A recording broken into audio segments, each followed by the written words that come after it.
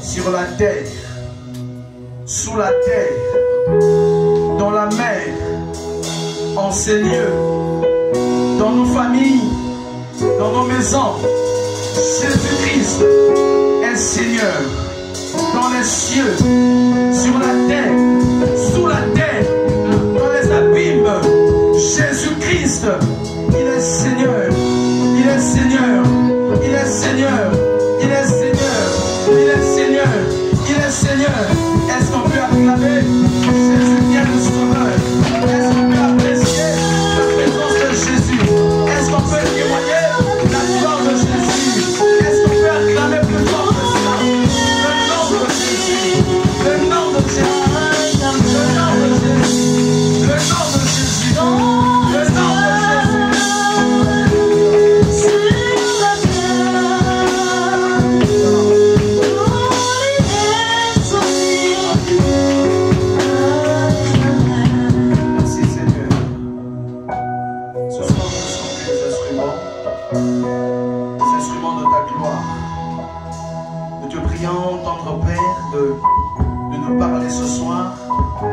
Instruis-nous, ô Dieu, selon la justice de ta parole, par le biais de ton Esprit Saint, le Saint-Esprit qui est présent, Seigneur. Nos cœurs sont bien disposés à recevoir de ta part l'instruction qui nous rendra mûrs à salut. Nous prions, Seigneur Dieu de gloire, que par les vides qui sont dans nos cœurs, que ta parole arrive à trembler et à raffermir, Seigneur, afin que nous soyons mûrs, que nous soyons solidifiés sur la parole de Christ. Au nom de Jésus-Christ, nous avons ainsi prié et nous disons tous Amen. Amen.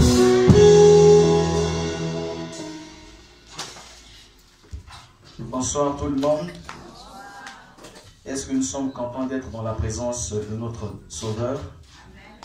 Moi également, je suis très content. En tout cas, je suis très content parce que nous, on ne se réjouit que dans la présence de Dieu. Un homme m'a dit dans la Bible, je suis très dans la joie quand on me dit, allons dans la maison de l'Éternel. Alors pour tous les assoiffés de la présence de Dieu, ils se réjouissent quand ils sont dans la présence de leur Père. Alors je suis honoré d'être là parmi vous ce soir. Comme l'a su le dire le frère Gers, je suis ici que de passage. Je suis ici depuis 2 semaines. J'étais arrivé dans le cadre d'une formation et le frère a profité que nous passions des moments ensemble dans la présence de Dieu. Et avant d'arriver, j'ai demandé à mon père spirituel si je pouvais passer, bénir aussi le peuple de Dieu du côté de Pointe-Noire. Il m'a permis. Et donc, en passant, je vais saluer, quoi qu'il ne soit pas là, la Bible dit que le Fils honore son Père. Je vais remercier Dieu pour la vie de mon père spirituel, le pasteur Aimé Bengue, qui est resté à Brazzaville. C'est grâce à lui que je suis prédicateur aujourd'hui. Amen. Alors je bénis aussi Dieu pour l'ange de cette église, qui est le pasteur Serge Boukaka, un homme vraiment généreux, un homme très gentil et pacifique. Je suis très content, même s'il n'est pas là en tout cas. Je bénis Dieu pour sa grâce et je bénis aussi Dieu pour la confiance qu'il nous a faite, nous les jeunes. Très souvent, nous commettons beaucoup de bêtises, mais il n'a pas regardé ça. Il nous a permis de s'exprimer et de faire valoir aussi notre talent. Amen. Alors je bénis aussi une personne, sinon un couple ici en ces lieux, le couple Bia. Donc je fais allusion aussi à papa Marius et maman Bia qui m'ont reçu, en tout cas qui m'ont hébergé. Ils m'ont fait preuve de confiance et d'amour. Je ne peux pas me taire vis-à-vis de cela. Merci beaucoup. En tout cas, que Dieu vous comble. Ce que vous faites m'a tellement touché. Et je profite de cette occasion pour bénir le Dieu qui vous a donné ce cœur. Et je pense qu'il vous bénira encore plus. Je bénis Dieu pour le frère Gers, pour l'invitation. Et je bénis Dieu pour la présence de tout le monde. Que Dieu nous bénisse. Amen. Alors hier, le frère Gers nous a parlé, en introduisant ces instants, il a introduit ce séminaire en donnant quelques points que j'avais notés. On a fait la lecture ici hier.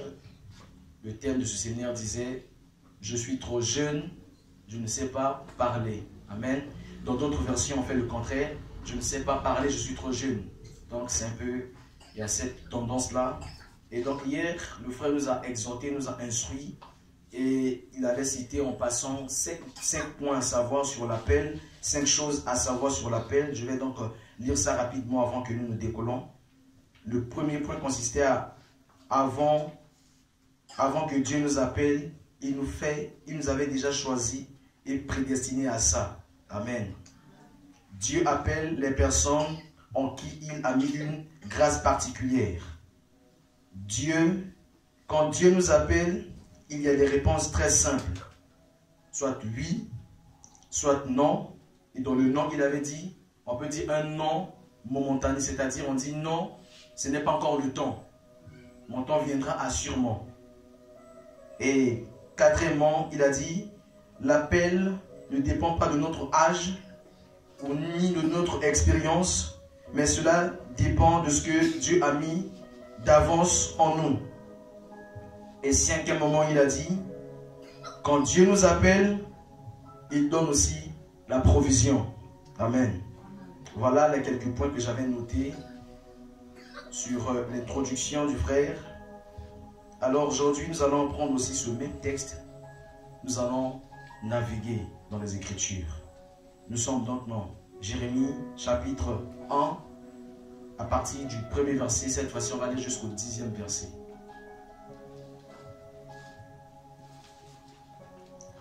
Je vais donc lire, je suis dans la version en 8 secondes. Verset 1. Parole de Jérémie, fils de Hilkija, l'un des sacrificateurs d'Anathoth, dans le pays de Benjamin. La parole de l'Éternel lui fut adressée au temps de Josias, fils d'Amon, roi de Juda, la 13e année de son règne, et au temps de Joachim, fils de Josias, roi de Juda, jusqu'à la fin de la 11e année de Sédécias, fils de Josias, roi de Juda, jusqu'à l'époque où Jérusalem fut emmenée en captivité au 5e mois. La parole de l'Éternel me fut adressée en ces mots. Avant que je t'eusse formé dans le ventre de ta mère, je te connaissais. Et avant que tu fusses sorti de son sein, je t'avais consacré, je t'avais établi prophète des nations. Je répondis, ah, Seigneur éternel, voici, je ne sais point parler, car je suis un enfant.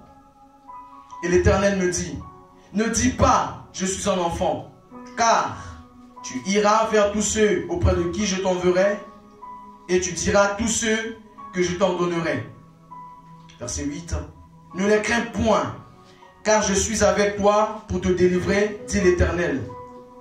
Puis l'Éternel étendit sa main et toucha ma bouche. Et l'Éternel me dit, voici, je mets mes paroles dans ta bouche. Regarde, je t'établis aujourd'hui sur les nations et sur les royaumes, pour que tu arraches et que tu abattes, pour que tu ruines et que tu détruises, pour que tu bâtisses et que tu plantes. Amen. Voilà la longue lecture que nous venons de faire. Alors le premier verset de ce chapitre dit, parole de Jérémie, fils de Hilkija, l'un des sacrificateurs d'Anatote dans le pays de Benjamin. Alors ici, dans ce verset, on nous montre la descendance de Jérémie. On nous présente dans quelle lignée il vient, il sort. Il était fils d'un sacrificateur, alors que nous savons en Israël, la sacrificature était réservée aux Lévites, c'est-à-dire aux descendants d'Aaron. Donc si on comprend bien, Jérémie était un Lévite. Amen. Donc, son père, Ilkija, était un sacrificateur qui vivait à Anatote, une ville qui se trouvait tout près de Jérusalem. C'est un peu de façon courte qu'on nous présente sa descendance ou sa source. Alors, à partir du verset 2 jusqu'au verset 3, on nous présente les différents temps ou encore les différentes époques que Jérémie a commencé à prophétiser. En passant, j'aimerais déjà vous dire que Jérémie a prophétisé pendant 40 ans avant que le peuple ne soit déporté en captivité. Parce que suite à un péché, Israël n'avait pas honoré la parole de Dieu. Que Dieu avait dit, vous travaillerez pendant 9 jours et le 10e jour, vous laisserez la terre se reposer. Et le peuple n'a pas obéi à cela. Il travaille pendant tous les 10 jours et jusqu'à ce que Dieu leur a dit, parce que vous m'avez désobéi, alors je vais vous faire partir en captivité à Babylone. Amen.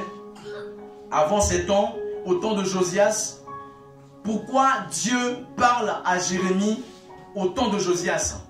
Parce que dans cette époque-là, le peuple de Dieu ou le peuple d'Israël s'est détourné contre Dieu. Ils préféraient le temple plus que Dieu. Ils aimaient le temple plus que Dieu. Ils ont commencé à profaner même le temple. Ils ont commencé à adorer d'autres dieux. Et c'est ce roi Josias, quand il est arrivé, il s'est levé contre ça. Il s'est soulevé contre ça. Il combattait ce culte qu'on offrait aux idoles. Alors c'est à ce moment-là que Dieu, pour tenir de compagnie le roi Josias, il va donc adresser sa parole à Jérémie pour qu'il soit comme Dieu afin de s'opposer à cela. Alors verset 4, c'est là où la parole de Dieu lui fut adressée.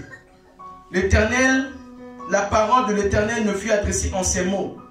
Avant que je t'eusse formé dans le sein de ta mère ou dans le ventre de ta mère, je te connaissais.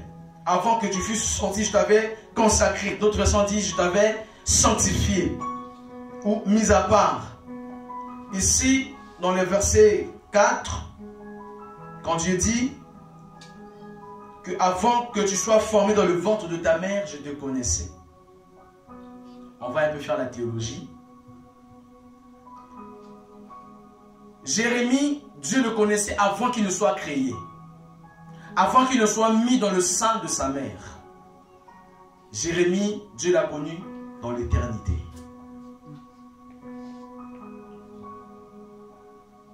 Avant que l'homme n'existe sur la terre, l'homme a existé dans l'éternité. Voilà pourquoi l'esprit de l'homme retourne à l'éternité. Dieu a destiné l'homme à l'éternité. Il y a deux éternités, il y a la vie éternelle, il y a la mort éternelle. Le corps va mourir et retourner à la poussière, mais l'esprit de l'homme ira à l'éternité. Pourquoi? Parce qu'il vient de là. Dieu, quand il a créé l'homme dans le jardin, il a fabriqué avec la poussière. À un moment, la Bible déclare que l'homme était là, fabriqué, mais il n'y avait pas de vie en lui.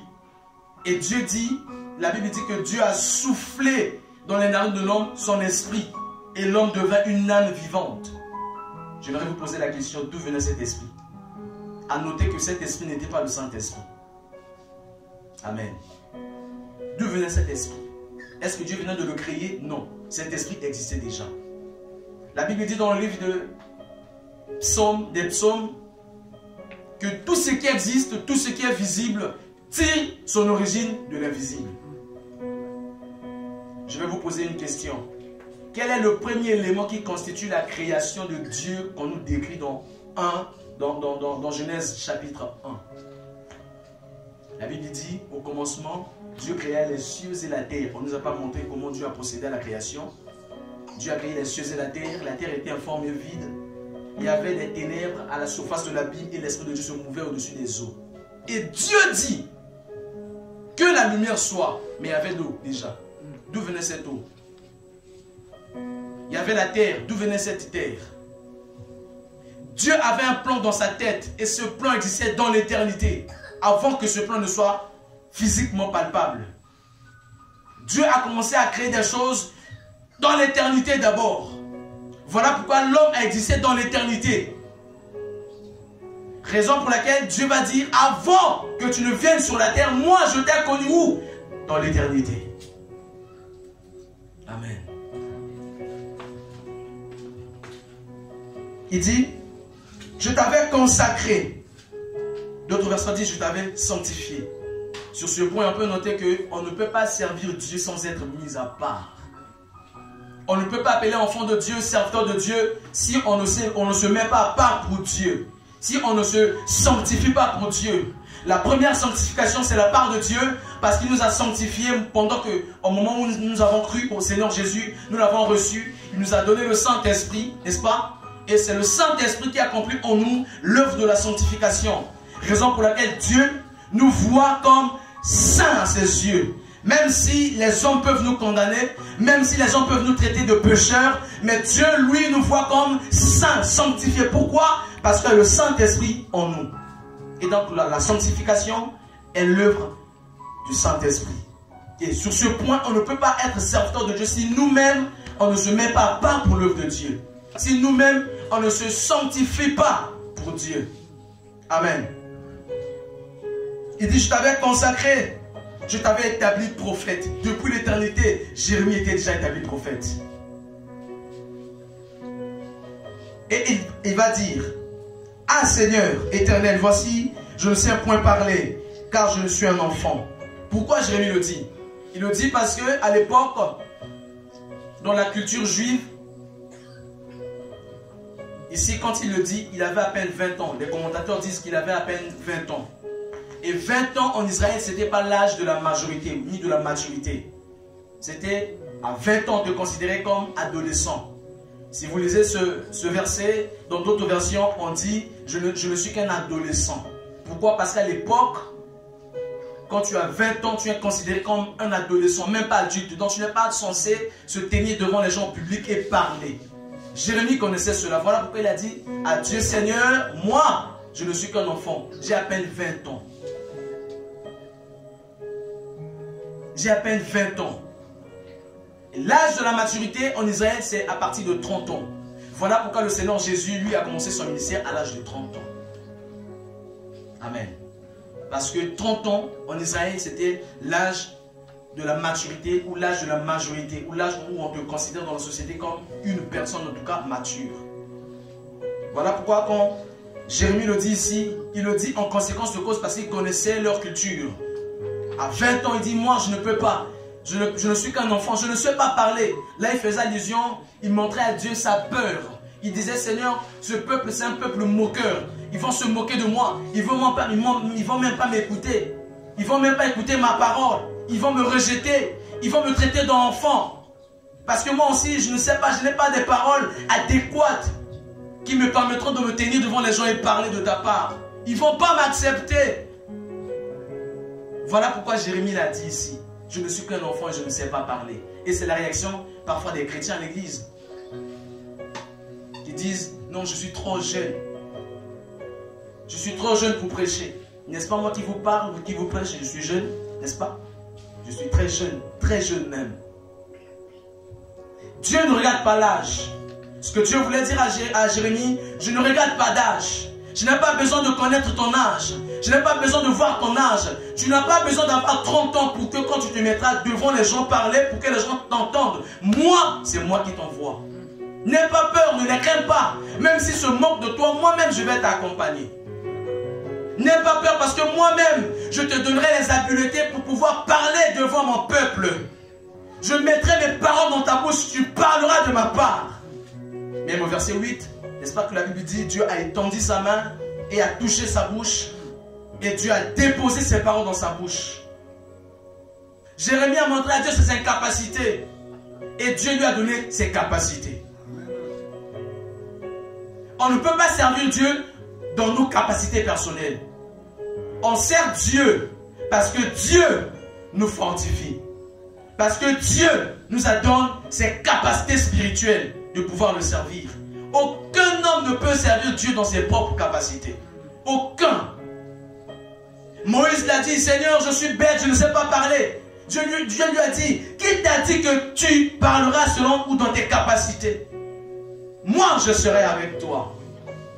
Je suis venu dire à un jeune, ne regarde pas ta taille, ne regarde pas ton âge, ne regarde pas ta morphologie, ne regarde pas ton vilain français, ou ne regarde pas ton bon français, mais regarde à Jésus. Parce que c'est lui qui t'appelle, c'est lui qui t'a dit, moi je suis avec toi et tu iras parler envers ceux que je te dirai, va et parle. Les gens ont tendance à nous mépriser, n'est-ce pas? Mais Dieu dit, moi j'ai investi en vous.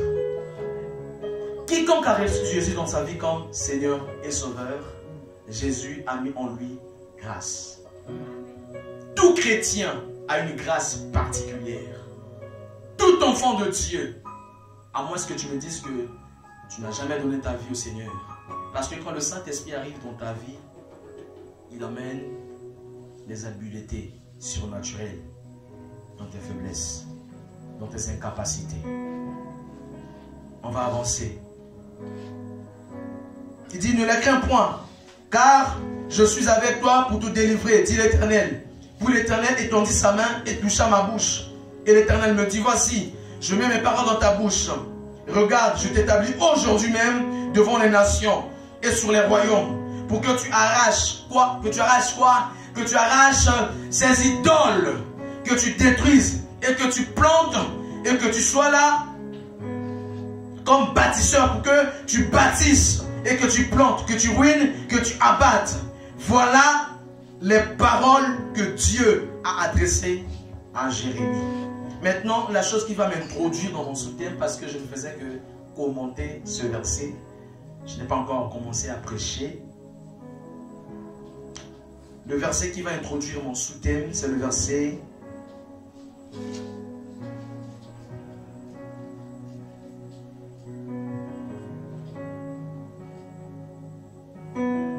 le verset 9. Puis l'Éternel étendit sa main et toucha ma bouche. Et l'Éternel me dit, voici, je mets. Alléluia, je m'arrête là. Voici, je mets. C'est là que j'introduis mon sous-thème tiré de ce thème qui dit, je suis trop jeune, je ne sais pas parler. Mon sous-thème dit, les ouvriers de la dernière heure. Les ouvriers de la dernière heure. Comme définition, les ouvriers de la dernière heure sont des disciples engagés sur qui le Seigneur déverse son Esprit Saint afin qu'ils travaillent efficacement pour le royaume de Christ. Je répète, les ouvriers de la dernière heure sont des disciples engagés sur qui le Seigneur déverse son Esprit Saint afin qu'ils travaillent efficacement pour le royaume de Christ. Est-ce qu'il y a des disciples de Christ en ces lieux? Il y a des disciples de Jésus en ces lieux? Parce que Dieu ne déverse pas son esprit sur des chrétiens, mais sur des disciples. Vous allez dire, frère, mais qu'est-ce que tu es en train de dire? Je répète, Dieu ne déverse pas son esprit sur des chrétiens, mais déverse son esprit sur des disciples. Voilà pourquoi je repose ma question. Est-ce qu'il y a-t-il des disciples de Jésus ici? Qui dit disciple, qui dit au pied du maître. Le disciple, c'est celui qui voit le maître faire et qui reproduit la même chose. Jésus, il nous a montré comment prêcher l'évangile. Pendant qu'il était sur terre, il a envoyé les 72. Ils sont partis, ils ont prêché, ils ont ramené, ils sont revenus annonçant des témoignages que Dieu avait fait avec eux. Et avant de monter au ciel, Jésus a dit, puisque vous connaissez ma parole, alors allez prêcher, allez annoncer que le royaume de Christ est proche, que le royaume de Dieu est proche. Allez annoncer que ce Jésus que vous avez crucifié, il est ressuscité il est monté à la droite du Père et il reviendra prendre l'église. Allez annoncer. Après, il leur a dit, ne partez pas encore. Restez pendant un petit moment. Il faudrait que le Père accomplisse sa promesse, la promesse du Saint-Esprit. Restez encore là. Il faudrait que le Saint-Esprit vienne vous baptiser. C'est à ce moment-là que vous aurez le top ou le coup d'envoi pour la mission. Voilà pourquoi je dis que les ouvriers de la dernière heure sont des disciples d'abord. Que le Seigneur déverse son esprit afin qu'ils travaillent. Les apôtres, ils étaient des premiers ouvriers de la dernière heure. Qui dit dernière heure, qui dit les temps de la fin. Or, les temps de la fin ont commencé depuis que Jésus est monté sur la croix. Quand il a crié, tout est accompli. C'est là qu'il venait de donner un coup d'envoi pour les derniers temps. Voilà pourquoi après lui, l'apôtre Paul, en écrivant certaines de ses épîtres, il pouvait dire, l'Esprit Saint dit expressément qu'en ces derniers temps, nous sommes les temps de la fin. Ce n'est plus le temps de s'amuser. Ce n'est plus le temps de dormir.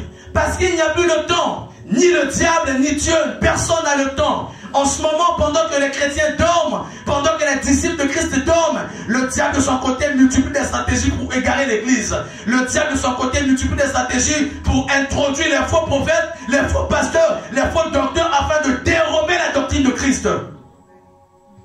Pendant ce temps, les chrétiens ils dorment. Pendant ce temps, les chrétiens n'ont pas le temps de servir Christ. On a le temps que dans les futilités. On passe le temps à passer à dire des choses de n'importe comment. Alors que Christ a besoin de nous. Dieu cherche les disciples engagés. Depuis que tu es venu à Christ, combien d'âmes as-tu emmené? Combien d'âmes as-tu évangélisé? Tu te dis disciple, mais qu'est-ce que tu fais qui témoigne de toi comme disciple?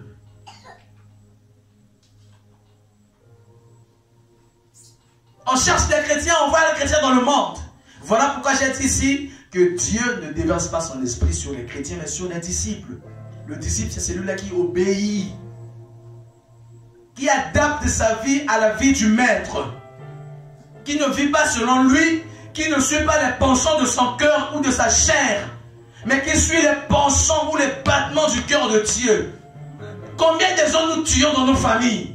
Combien de gens nous tuons dans nos quartiers? Combien de gens nous tuons ceux que nous connaissons? On a la vérité, on a la clé de la vie, mais on ne la partage pas. On connaît le chemin qui mène au ciel, mais on ne partage pas. Quelle église nous sommes? Quel évangile avons-nous reçu? Quel maître servons-nous? Quel Dieu prions-nous? C'est à l'église qu'on trouve des sorciers. C'est à l'église qu'on trouve des grands sorciers. Tu vois des gens, tu vois quelqu'un mourir à tes yeux, mais ça ne te coûte rien de dire à la personne, Jésus t'aime. On est trop engagé dans nos affaires, dans nos business, on n'a pas le temps pour évangéliser. On a même honte de l'évangile. Un homme a dit, je n'ai pas honte de l'évangile parce que c'est la puissance de Dieu pour le salut de quiconque croit. La prédication de la croix est une folie pour ceux qui périssent. Mais pour ceux qui croient en Jésus, elle est une puissance. Les ouvriers de la dernière heure. La Bible dit dans, je ne vais pas lire, la Bible dit dans Actes des Apôtres, chapitre 1, le verset 8. Il dit, mais vous recevrez une puissance, celle du Saint-Esprit survenant sur vous, et vous serez mes témoins en Judée, ou encore en Samarie, après, jusqu'aux extrémités de la terre.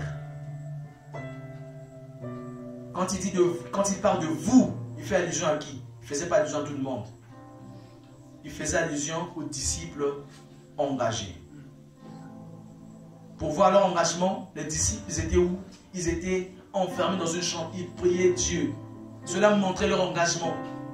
Ils cherchaient Dieu. Que Dieu accomplisse sa promesse pour qu'ils sortent. Pour qu'ils partent. Pour qu'ils annoncent. Ils avaient la démangeaison de l'évangile. Ils ne pouvaient pas garder cela parce que ça démangeait en eux. Ça démangeait en eux. Mais toi, tu es libre avec l'évangile.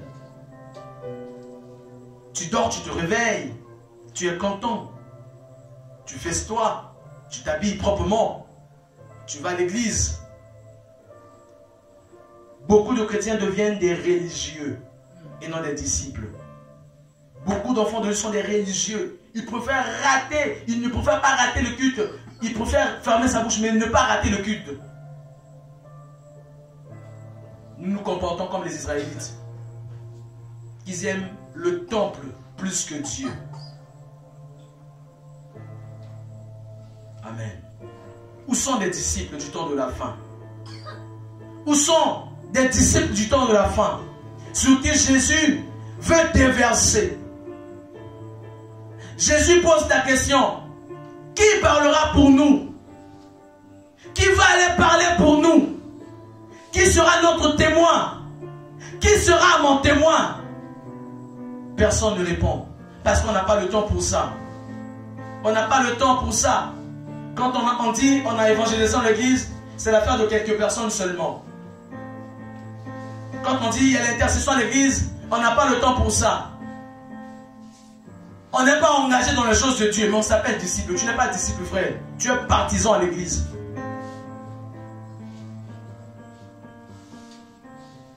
On dit mardi ou mercredi, on a l'intercession. Tel jour, on a l'évangélisation. Mais tu n'as pas le temps pour ça. Pour toi, ce qui compte, c'est que tu dois avoir l'argent dans ta poche. Tu dois bien s'habiller. Tu dois être frais, propre, présentable. Pour que quand tu arrives à l'église, qu'on sache, ce frère, à latin, cette soeur, t'es côté au latin, me voit danse toujours. Le cœur de Dieu bat, mais c'est nous, dans nos moments de prière,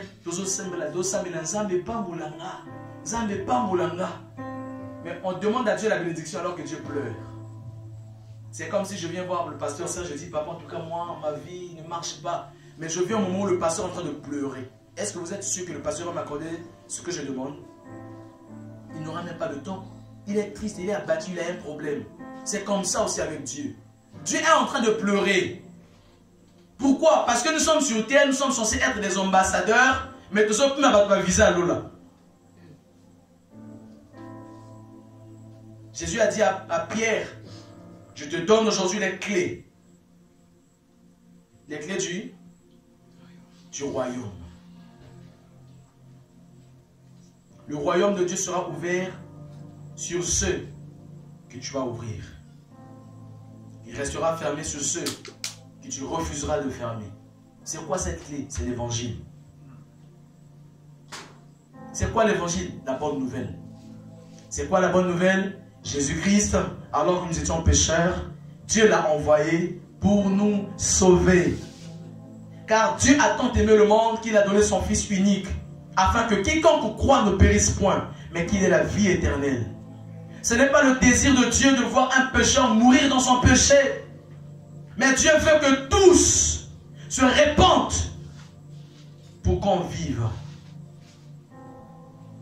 Les ouvriers de la dernière heure sont ceux-là que Dieu déverse son esprit. Alors ne dis pas que tu es jeune. Ne dis pas que je ne suis qu'un enfant.